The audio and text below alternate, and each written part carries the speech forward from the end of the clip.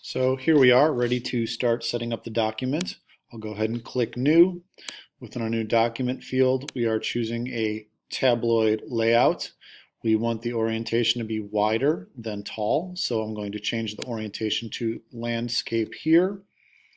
You can see we've already gone through the previous tutorial. Margins are now set in inches. I will go ahead and make this a 1/4 of an inch margin. Because the link box is depressed and dark, it means it will update, it will link all these boxes together, and therefore as soon as I change one, all the others change to a 1/4 of an inch on all sides. At this point we're ready to say OK, and here's our document. We're ready to get started here. We have our margins defined by this purple and magenta line, and nothing should be in this area as you're actually creating your finished design. If I wanted to use guides, I might actually start by pulling one from the side and one from the top on the ruler at the 1 inch and 1 inch mark, just to give me a upper left hand corner for where I'm going to start working. That decision is up to you. But this will help you to control spacing as you start building it out. For the purpose of demonstration, I'm just going to use a simple circle for my drawing. I'll use the ellipse tool. If I start where these two lines intersect, hold down the Shift key as I drag, I can make a perfect circle, and looking at my guides, I am at the 3 inch mark. 3 inches minus the 1 inch here means this is a 2 inch circle. I have 1 for starters. If I wanted to use the pen tool to make something else, I could do that. And what I'm going to do next then is select it, edit copy, edit paste. Here's another one. And again, those smart guides can come into play here.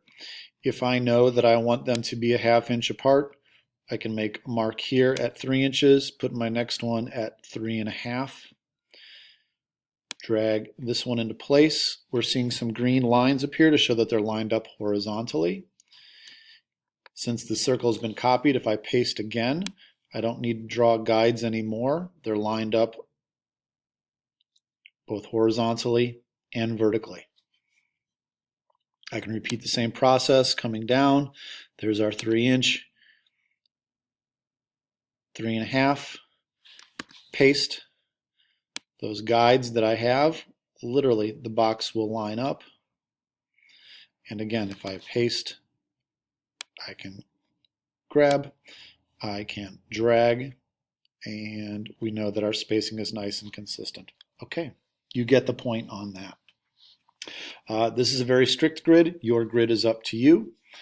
Next, for the text, I'll switch to the text tool. I'm going to draw a box slightly larger than my actual shape, the circle as you see it.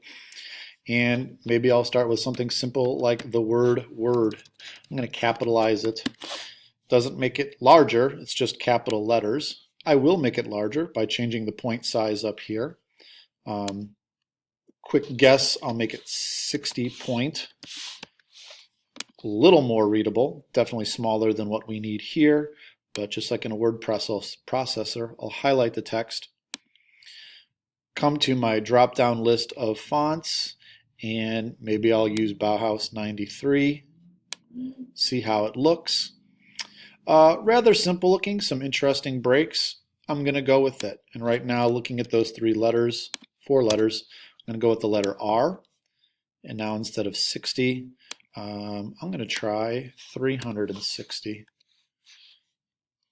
My letter disappeared because it's so large, it's bigger than the text box. This little red plus is letting us know that. If I resize the box, bigger, bigger, bigger, really big, probably too big.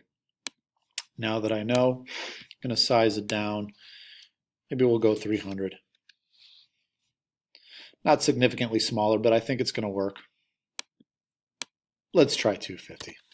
Great. So from here, my text box is selected. Edit copy, Command C. Then what I'll do is I will choose one of the shapes, choose edit, and paste into.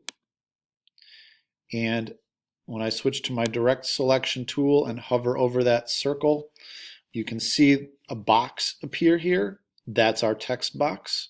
If I click on the little fragment of that letter and pause for a moment, I get a live update.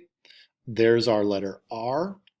To make it a little bit more abstract, I will come to the rotation tool. I will click, pause, rotate. Starts to go out of our line of sight. I'll grab it, pull it back up, and maybe something like that. This process continues from one letter to the next. I can come right back down here to the text box below. What does the letter G look like? Interesting. Great. Grab it. Copy. We'll come to this one instead. Edit. Paste into. Both are moving because I grabbed the wrong tool. Make sure you're using the direct selection.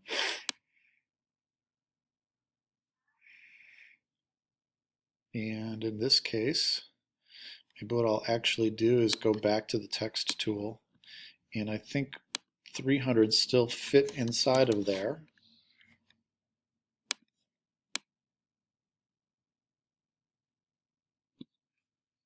Something like that. And of course, can be rotated to make it all the more difficult to recognize immediately.